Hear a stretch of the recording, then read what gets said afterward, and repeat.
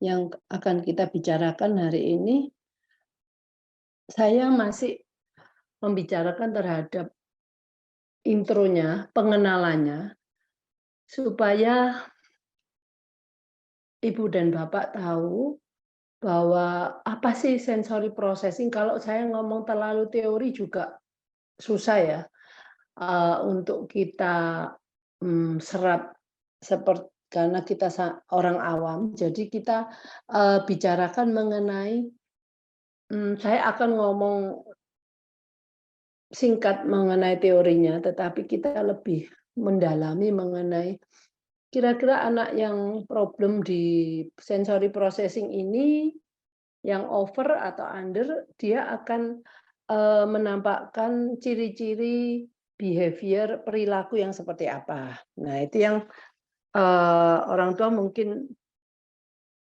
langsung bisa mengetahui, "Oh ya itu anak saya." Nah, memang kita di sini, saya mau bicara mengenai sensori ini, yang 8 itu adalah ini. Nah, dulu sensory system ini kita cuman ada 7, 1, 2, 3, 4, 5, 6, 7. Yang paling baru itu ada interoception. Ini yang paling menurut saya itu ya kita nggak pernah, saya pun baru aja tahu juga ada yang interoception, tapi ini juga banyak terjadi, di anak-anak, untuk ciri-cirinya gitu ya. Nanti kita ngomong, jadi saya tak ngomong cepat, ya kita punya 8 ini, akhirnya terus, yang pertanyaan yang mungkin orang tua, eee, pikir ya, sensori itu ngapain sih kita bingung sama sensori itu ya, yang 5, yang 8 itu. Apa sih dampaknya pada anak kita? Nah, kita mau lihat kenapa kita sibuk-sibuk ngurusin sensori ini, karena dampaknya itu di, proses belajar ini loh, yang kita mau, targetkan bahwa anak kita bisa belajar. Nah itu nggak bisa, nggak bisa kalau kita lihat anak yang nggak punya problem, anak itu tiba-tiba bisa aja masuk sekolah TK, playgroup gitu ya, kayaknya nggak ada preparation. Tetapi mereka itu sebenarnya juga melewati, step-step ini. Jadi pertama, kita yang namanya sensory system ya, yang tadi 8 itu kalau di satu segitiga ini adalah, basic ya, basic daripada, eee kalau kita mau anak kita itu bisa punya kemampuan belajar, ya belajar itu macam-macam ya. Kita nggak ngomong cuma belajar di sekolah, tetapi dia bisa belajar, eee, ya ini activities of daily living gitu ya. Itu, eee, yang sehari-hari mungkin ya dia lihat di rumah kita, atau dia lihat kakaknya, adiknya, atau orang tua, atau orang lain. Dia bisa belajar dari apa yang dikerjakan orang-orang sekitarnya. Nah, untuk mencapai itu, saya pikir setiap orang tua pengen ya, karena anak kita semua yang di sini tuh mempunyai problem yang sama, bagaimana membuat anak kita tuh bisa belajar seperti layaknya anak pada umumnya. Itu saya pikir iya, itu adalah, impian dari semua orang tua di sini, termasuk saya. Jadi ada sensory system, ada sensory motor. Ya. Kalau sensory system ini enggak benar, sensory motor juga enggak benar. Kalau sensory enggak benar, perceptual motor development-nya juga enggak benar. Nah, kalau ini enggak benar, dia enggak bisa belajar. Cognitive development-nya, perkembangan kognitif juga terhambat. Jadi kita ngomong, oke, kita sudah tahu 8 ini. 8 ini, nanti problemnya ada kalau problemnya 8 ini adalah apakah anak saya ini, anak saya itu low registration, tidak merasakan kurang inputannya tuh dia minta kurang sekali. Jadi mintanya dia tuh kalau enggak, dia selalu butuh rangsangan yang ekstrim. Nah, kalau sensori sensitif, dia butuhnya sedikit aja, karena sedikit pun itu sudah membuat dia, eee, dysregulation atau dysfunction gitu ya. Nah, kalau kita itu di tengah-tengah sini. Kita itu nggak ke atas, nggak ke bawah, nggak, tapi kita yang kalau kita orang yang nggak punya problem, ya di sini. Tetapi jangan khawatir, kita semua itu bukannya nggak ada problem, tapi kita punya problem, mungkin sensori. Ada yang orang nggak suka suara keras, ada yang seneng kalau buka sound system itu, wah kenceng-kenceng banget. Nah, at some point kita itu punya problem-problem di kita sendiri, tetapi kita nggak perlu di diterapi. Kenapa? Apa yang kita putuskan, ada yang sama-sama kita punya isu di sensory processing ini, tetapi, ada yang perlu diterapi, ada yang mungkin nggak perlu diterapi.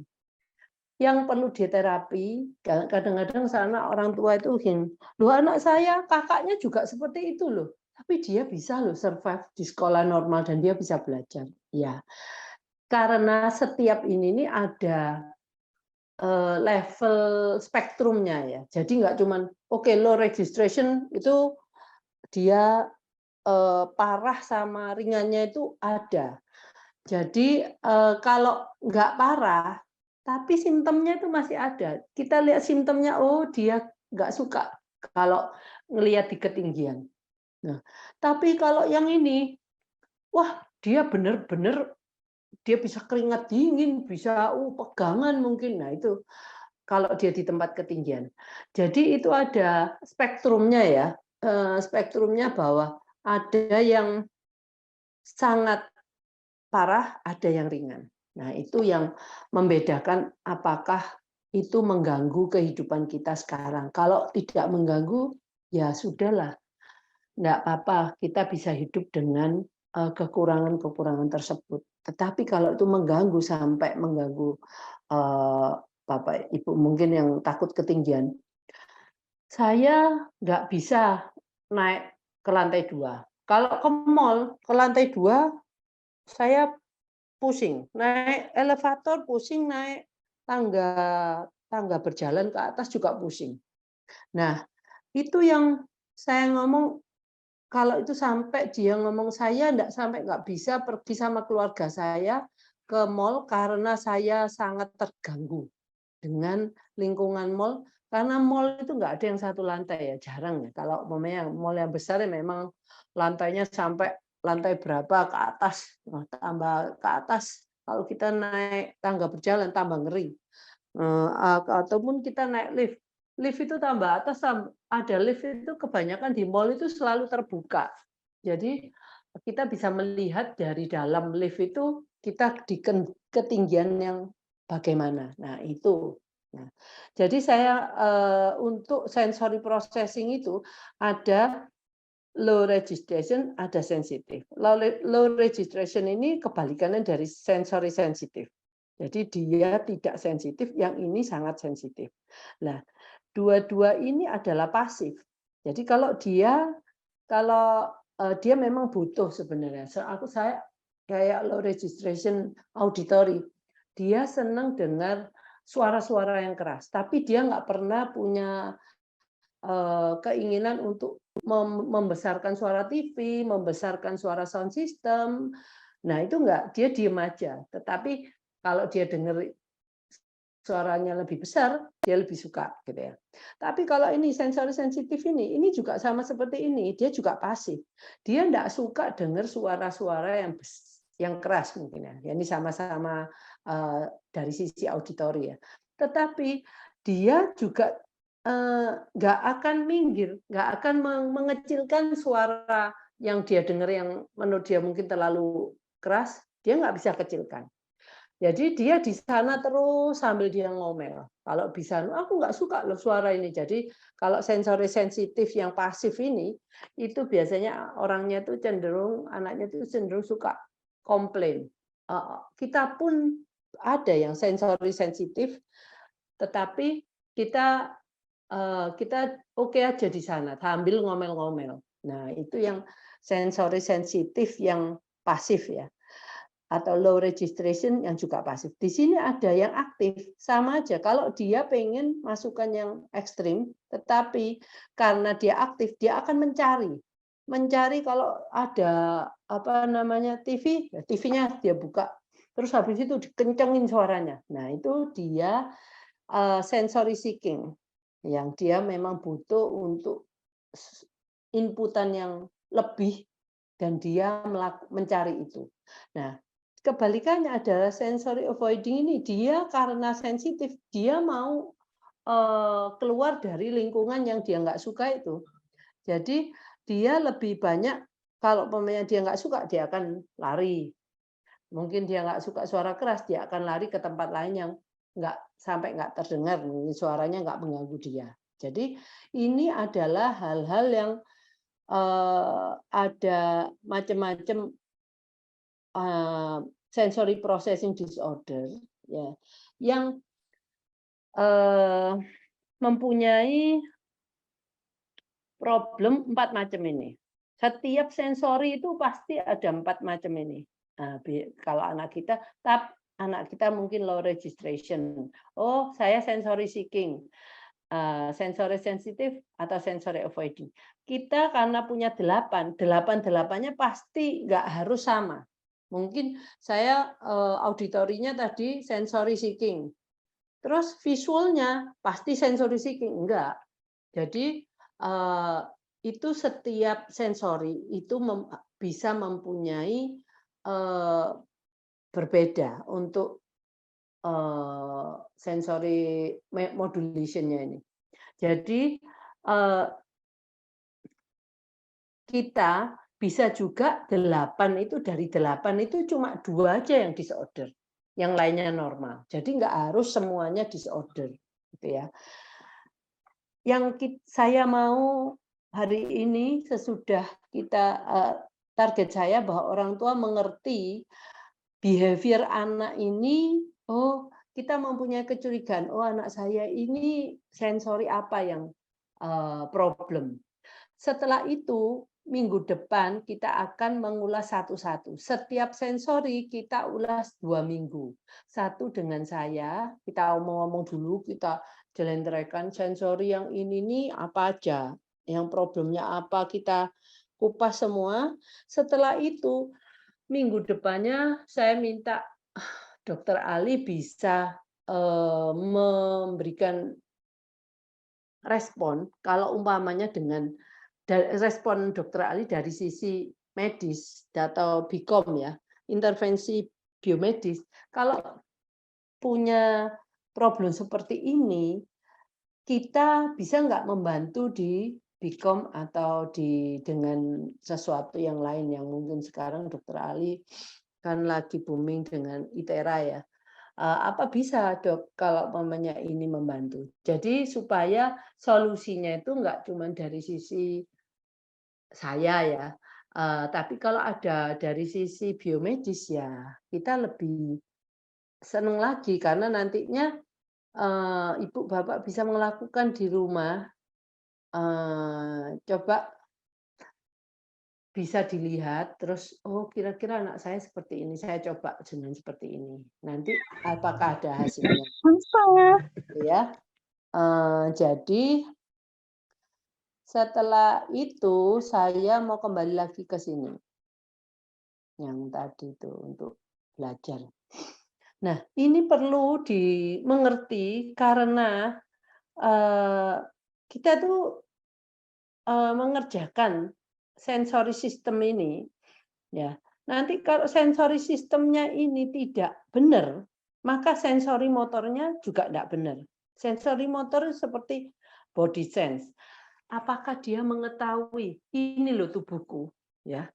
Jadi kalau kadang-kadang anak itu tidak sadar bahwa dia punya tangan, punya kaki. Itu biasanya kalau kita mengetahui pada waktu dia disuruh menggambar dia, gambarannya mengenai tubuhnya nggak ada tangannya atau nggak ada kakinya. Nah itu. Jadi dia harus aware untuk tubuhnya. Nah, kalau tubuhnya aware, ada juga yang problem di sini, screening of sensory input. Sensory input ini, semua ini harus dia bisa screening ya. Dia bisa memilah-milah itu dan mengerti sensori itu apa. Nah, sedangkan sensori itu berapa? 8 ya. 8-8-nya itu punya fungsi sendiri-sendiri. Nggak mungkin kalau ada satu aja yang problem, itu pasti akan ada dampaknya. Ya, sebentar.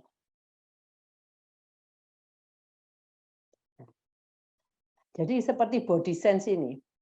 Itu problemnya tuh dia proprioseptifnya. Dia enggak tahu tangan saya di mana. Mungkin kalau kita mau tahu proprioseptif itu kalau kita memejamkan tangan, kita tahu kaki saya dalam posisi seperti apa, tangan saya sedang mengerjakan apa, nah itu proprioseptif. Jadi kalau dia enggak tahu body sense-nya, dia enggak tahu badannya, kemungkinan proprioseptifnya yang enggak benar. Nah, screening sensory input tadi sudah saya katakan, postural security. Dia itu yang kalau postural security yang mempengaruhi itu ya, artinya postural security itu adalah posturnya itu dia pada waktu dia duduk atau berdiri dia mempunyai kenyamanan.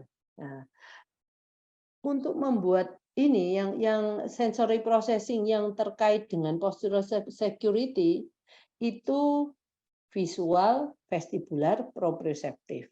Nah, jadi kalau awareness of two side of body itu proprioceptif. Dia punya awareness, kesadaran bahwa ini sebelah kiriku, ini sebelah kananku. Nah, kalau dia punya kesadaran itu, ini tangan kiriku, ini tangan kananku. Nah, itu nanti juga kita perlukan ya pada waktu kita menulis, kita mengerjakan sesuatu, tangan mana yang mau kita lakukan dengan tangan kanan atau tangan kiri, nah itu, atau tangan kanan dan tangan kiri kita bersama-sama melakukan sesuatu. Nah ini dari sisi proprioceptif. Motor planning ini di sensory sistemnya yang terkait adalah tactile dan visual. Tactile itu peraba, visual itu mata. Jadi pada waktu kita mengeksekusi suatu gerakan, ya itu baik itu gerakan yang simple atau gerakan yang kompleks, kita bisa melihat targetnya mau kemana. Terus kita mungkin pada waktu kita melakukan sesuatu, kita mungkin berhubungan dengan benda lain. Benda lain ya kita butuh untuk mungkin tasnya ini mungkin mengambil suatu barang. Nah, visual kita, tactile kita harus bisa menerima atau mengambil itu. Kadang-kadang kalau tactile-nya dia terlalu sensitif, dia nggak mau ngambil itu. Akhirnya nggak terjadi itu motor planning.